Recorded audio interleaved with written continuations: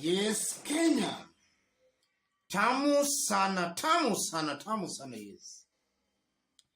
In this video, I want us to have a look at a tweet by William Kabogo some few hours ago. For the tweet is going to form the basis of our analysis and discussion right now. Honorable William Kabogo, during the campaigns, our strongest points against politics as then was or were to put a stop to politics of deceit. Now that we want that kind of politics should never have space in modern Kenya. That's William Kabogo some few hours ago.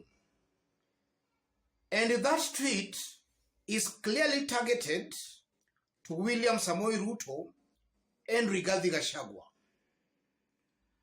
In this video, I want to explain William Kabogo's objectives by posting this and what this means politically as far as the happenings within Kenya Kwanza is concerned and the political implications of such kinds of remarks should they persist. Before we do that, in case you are watching us for the very first time, subscribe, give this video a like. Yes. Just to start off with, William Kabogo's Tujibebe party is still an affiliate of Kenya Kwanza Alliance. Kabogo has so far not withdrawn his party from Kenya Kwanza. Even though towards the elections, he seemingly announced that he was withdrawing, he has not officially withdrawn from Kenya Kwanza Alliance. So Kabogo feels he is entitled to what he was promised. There were some agreements he made with William Ruto, which by the virtue that he's still a member of Kenya Kwanza Alliance, he feels he's still entitled to such kinds of promises and privileges. William Kabogo is just telling William Ruto to fulfill his side of the bargain. That's one thing I'm seeing here. And then secondly, William Kabogo is speaking on behalf of some leaders in Kenya Kwanza Alliance, especially those who are calling themselves principals, but are less courageous of facing William Ruto to demand for their share in government.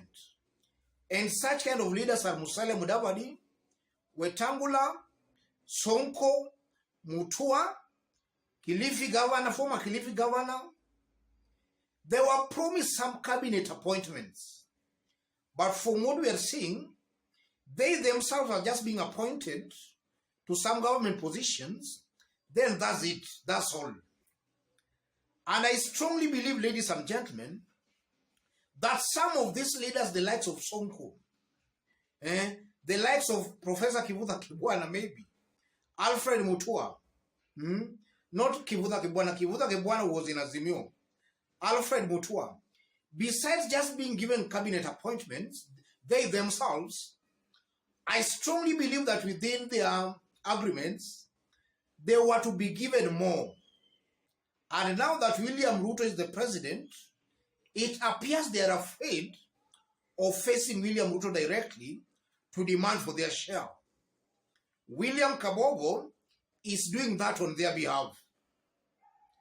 And then another thing I'm seeing here, William Kabogo might be speaking on behalf of Rigathi Gachagua.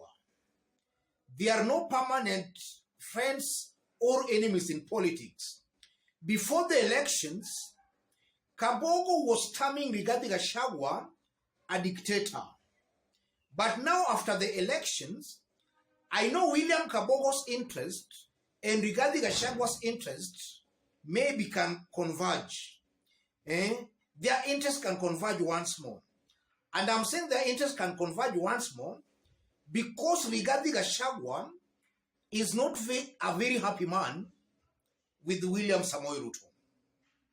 And I'm saying that based on what we are currently seeing, it appears William Ruto is just doing things single-handedly. I don't think he's consulting maybe Rigathi Gachagua in some of the appointments he's making. And then from the look of things, from some credible sources and information, it's clear William Ruto is using Ndindi Nyoro to checkmate Rigathi Gachagua as far as the mountain politics are concerned. So Rigathi Gachagua, from where he said, he might not be all that happy with what William Ruto is doing. He might be using William Kabogo to stoke some kind of a rebellion on the mountain.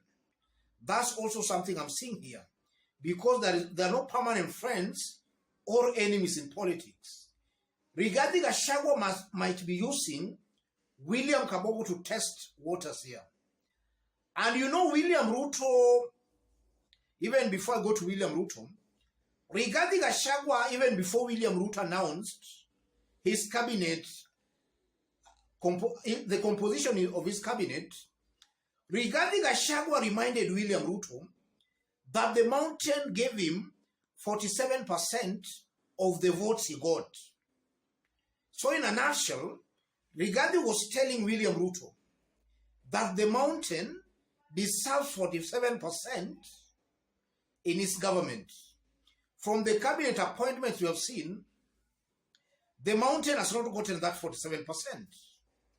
So it's just a clever way of Rigathi Gachagua maybe using Kabogo to push for William Ruto to make sure the mountain gets 47% in the remaining government appointments, be it permanent secretaries, be it parastatal heads, be it ambassadors. That's also something I'm seeing here. Rigathi might be using William Kabogo. And then if you look at today's Daily Nation, it captured a very nice story.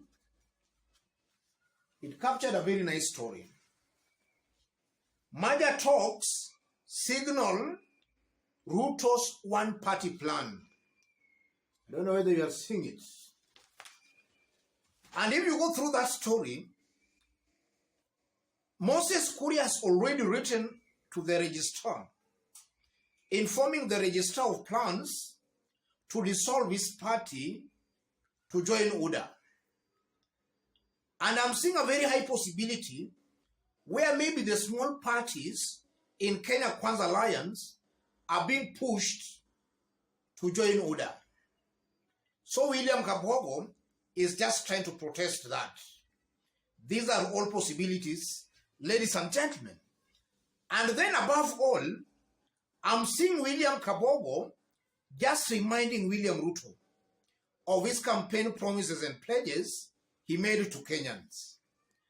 And Kabogo is telling William Ruto to make sure he keeps on his promises to Kenyans, because William Ruto made so many promises to Kenyans, promises that from the look of things, he has already reneged, or rather he has already shown signs that he's most likely not going to fulfill them.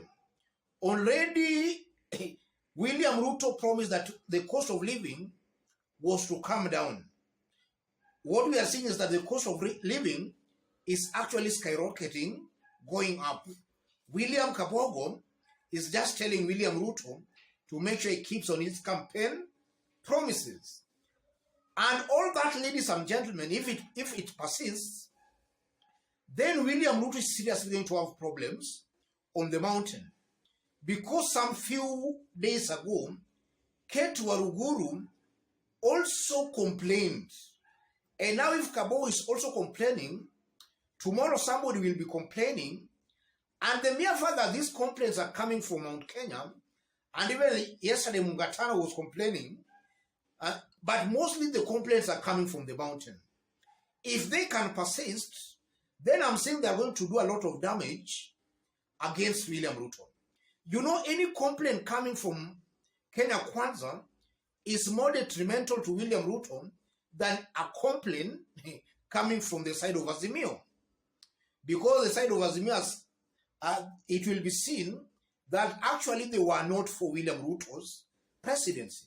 But now if it comes from within, then it's creating a perception that William Ruto has betrayed those who voted for him. And that can augur very negatively for him. Let me stop it there, ladies and gentlemen. But before I do stop, if you are watching us for the very first time, subscribe, give this video a like. And to any other person who might want to have a chat, a discussion, or to share information with me, or even to support this channel, I've pinned my number on the comment section. Be free to send any contribution or any support to the number. Let's meet in our next analysis. Thank you. God bless you.